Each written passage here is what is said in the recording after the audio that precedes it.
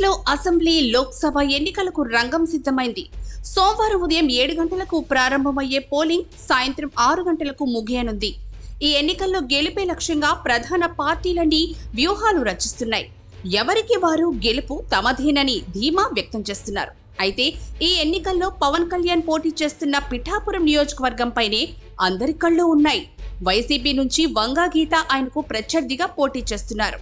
పవన్ కళ్యాణ్ విజయం కోసం మెగా కుటుంబం, సినీ, టీవీ నటులు పిఠాపురంలో విస్తృతంగా ప్రచారం నిర్వహించారు.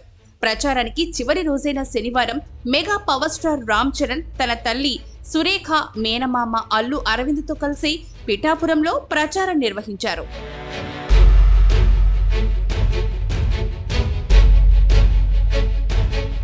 అయితే ఈ ఎన్నికల్లో పవన్ కళ్యాణ్ విచిత్ర పరిస్థితిని ఎదుర్కొంటున్నారు.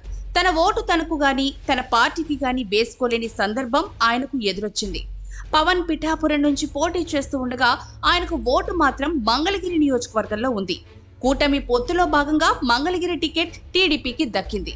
అక్కడి నుంచి నారా లోకేష్ పోటీ చేస్తున్నారు. 2019లో ఎన్నికల్లో స్వల్ప తేడాతో ఓడిపోయిన లోకేష్ ఈసారి గెలిపే లక్ష్యంగా దూసుకెళ్తున్నారు. ఆయనకు మద్దతుగా తల్లి భువనేశ్వరి, భార్య బ్రాహ్మణితో పాటు సీనియర్ ఎన్టీఆర్ కుటుంబ సభ్యులంతా నియోజకవర్గంలో ఎన్నికల ప్రచారం నిర్వహించారు.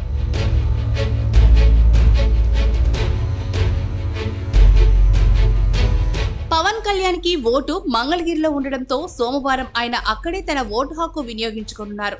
పిఠాపురం నుంచి పవన్ కళ్యాణ్ పోటీ చివరి నిమిషంలో ఖరారు కావడంతో ఓటు బదిలీకి అవకాశం లేకుండా పోయిందని జనసేన వర్గాలు పేర్కొంటున్నాయి.